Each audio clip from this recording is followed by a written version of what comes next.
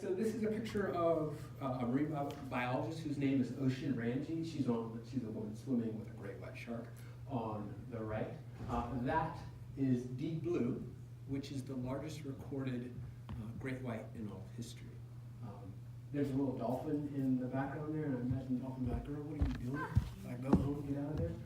But I thought this image really encapsulated the difference between fear and danger. So Ocean grew up in Hawaii with this shark, having tracked it over the whole of her career and her childhood, and really knows the shark well, and really knows the difference between fear and the actual danger that that animal presents to her. So I want you guys to walk away from our time together, with really having an understanding between the fear around social media in particular and the actual danger it poses to our young people. And what I want you to walk away with is understanding that in this age, parenting in this technological age requires a dynamic commitment to vigilant love.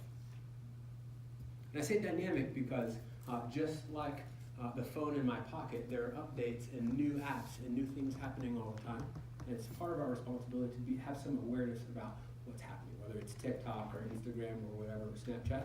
We need to have some familiarity with that and have a commitment to making sure that we're staying on top of the things. It's not enough just to say, that's a young person's thing, I'll let them do it. But we really need to have an understanding of what's going on.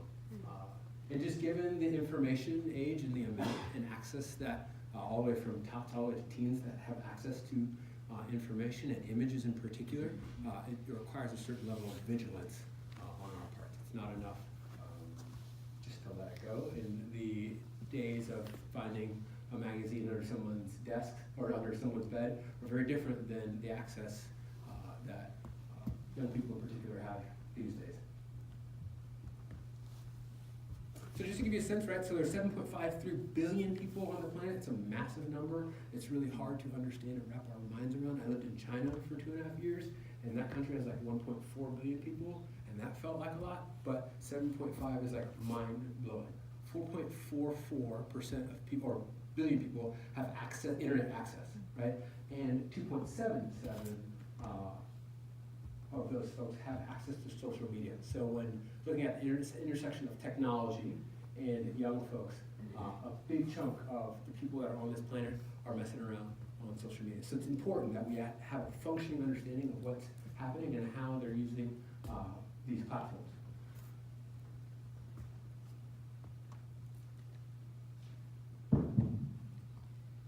Fear and danger, fear and danger. I don't want you to walk away here stunned and paralyzed by fear, but I also do want you to know what's out there. When we talk about social media in particular, the fear is that a man like this is the predator out there, right? Who the big boogeyman is out there and trying to lure kids in and have them do all sorts of things. That is certainly a component of what we're seeing, but what's more likely is that a classmate, usually a few years older, starts off with a very innocuous gesture. Right? One that, if shown to an adult or authority figure on its surface, is not interpreted as violating any type of norm. Right? That young man might get some feedback that that's inappropriate to text somebody at 3:05 in the morning. You should be sleeping. But on its surface, it's like, hey, I was just seeing if you're up. But that starts a process of incremental steps towards grooming, which can often lead, unfortunately, to a request for nude images. One of the things that we wrestle with, our middle school wrestle with a lot, are the request for nudes, and it puts young ladies in particular in an impossible scenario. Because they have this really sweet, innocent crush. The first person with whom they're having certain feelings about it, they're really excited. And at whatever evening, they get a text that asks for these pictures. And they're put in an awful scenario where they have to say no, and then they show up to school the next day and get labeled a prude and get socially ostracized.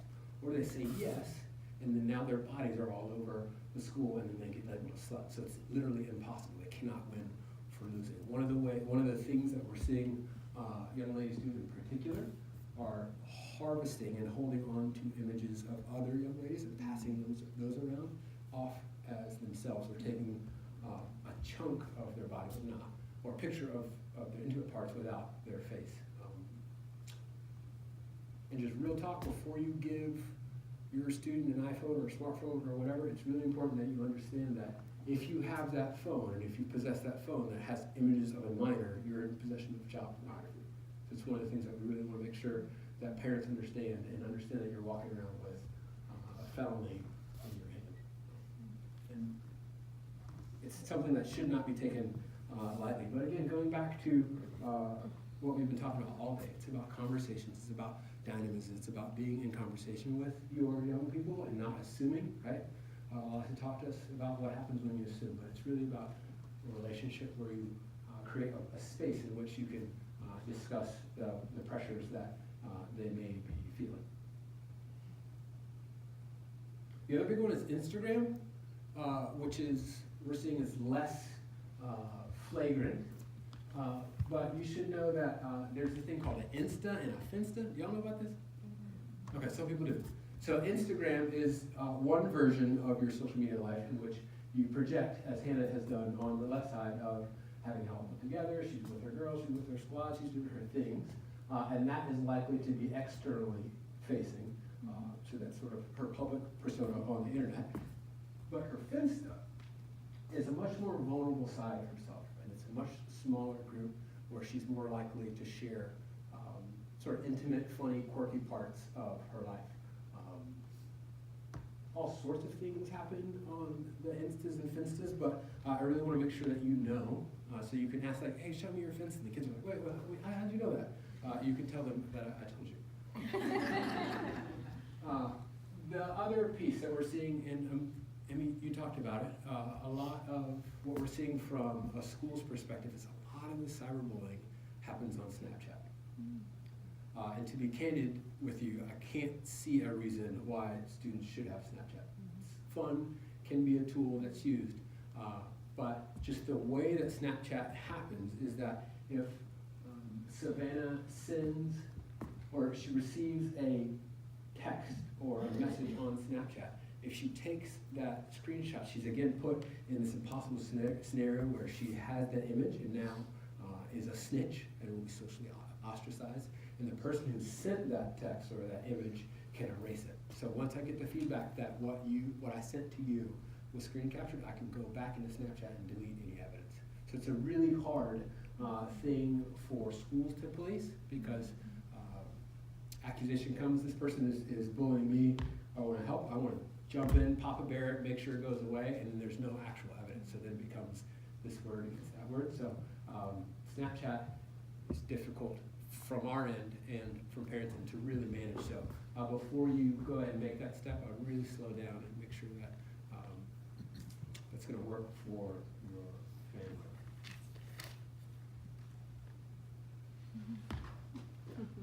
You've heard about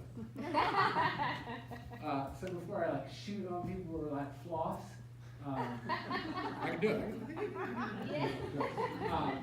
So like video games, right? Like I'm a gamer, I like to play every once in a while. Fortnite really, for me, is about boundaries, right? So it's really important to understand that Facebook, Instagram, Snapchat, Fortnite, all these game creators have armies of folks who are deeply rooted in psychology, who understand how to design platforms, games, apps to keep you there for 1 second longer, one play longer.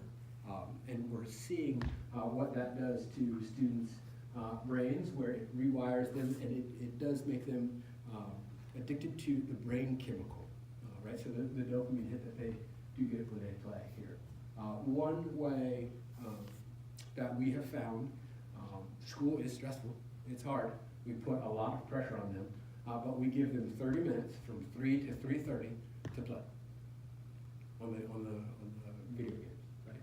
And there's a countdown that's school-wide where everybody knows that this is the time. If you're going to game, you're going to do it here. There's a place where you can do it, but there's a very clear and logical sense of when it starts and when it ends. So there's boundaries, so that the worst thing that a parent or a guardian or educator can do is, in the middle of this conquest that has been designed, that you're so deeply invested in, is pull the plug.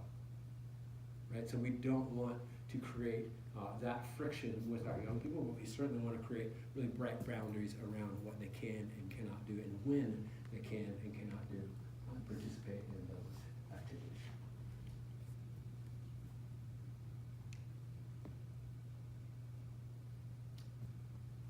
Yeah, so coming back to this idea.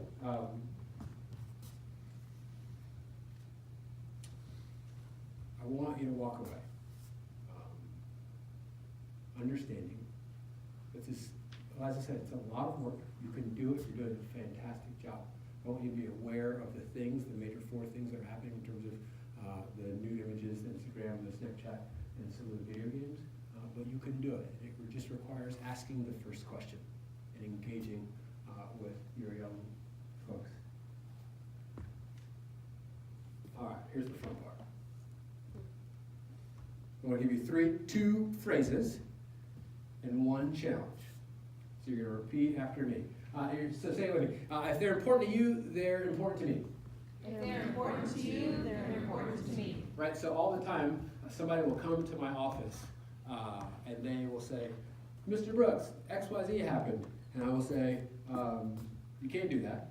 Or you can't go off campus with this guy who doesn't go to our school. You can't go off campus and do these things. And they'll say, why not? And I will say, I need to meet him first. I need to have this person on campus. And they say, well, that's creepy. And I will say, if they're important to you, they're important to me. right? And then students will say, like, these are my friends. Get your own. And you will say, if they're important to you, they're important to me. like, you're so old and creepy. And you will say, if they're important to you, they're important to me. and they might say, drop me off around the corner. And you'll say, if they're important to you, they're important to me. right? And it's a tool that gives you some space to think and process and not operate out of that right brain amygdala where you're like, I absolutely don't trust anything that's happening there. And it gives you an on-ramp to say like, hey, I want to engage because in actuality, if it's important to you, like it's important to me, right? Like if my kid loves transportation or trucks or baseball or whatever the thing is, because it's important to my young person, like it's important to me. And the same thing has to be true about their relationships in and outside of school. Second tool. You may be right, and I love you. You may be right, and I love you. Right? So you're so unfair. You may be right, and I love you. You're embarrassing me. You may be right, and I love you. You're the only one who fill in the blanks. You may be right, and I love you. And you don't even understand. You may be right, and I love you. Again, so this is one more tool.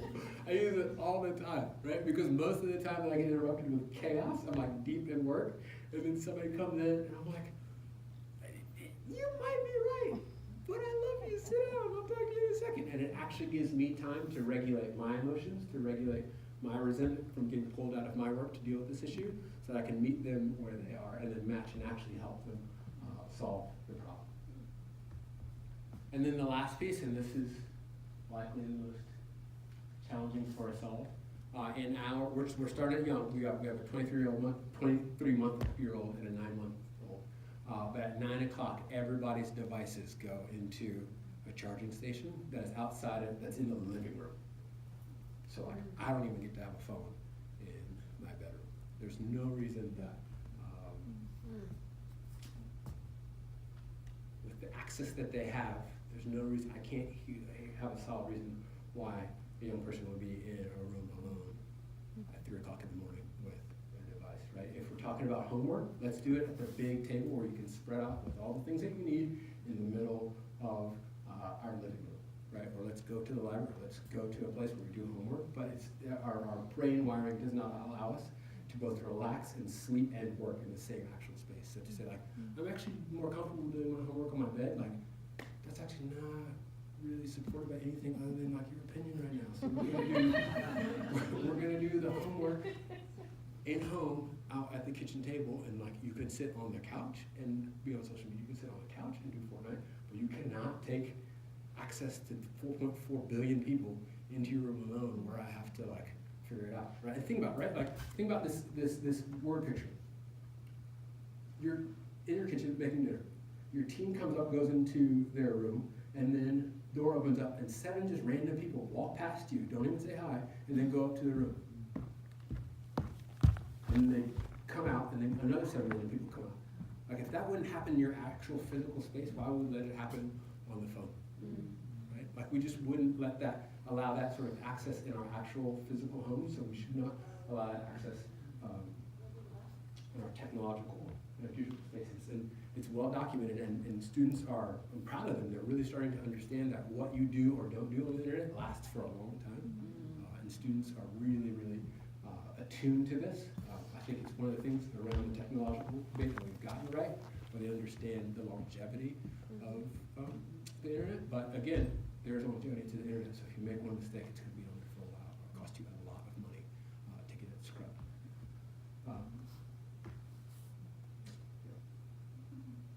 This is the last thing. These are our babies. We want to love them really, really, really well. We want to take care of them.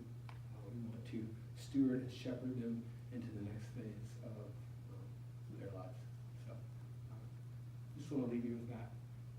As Eliza said, you're doing a good job just by being here at 3:45 on a Saturday afternoon. You care.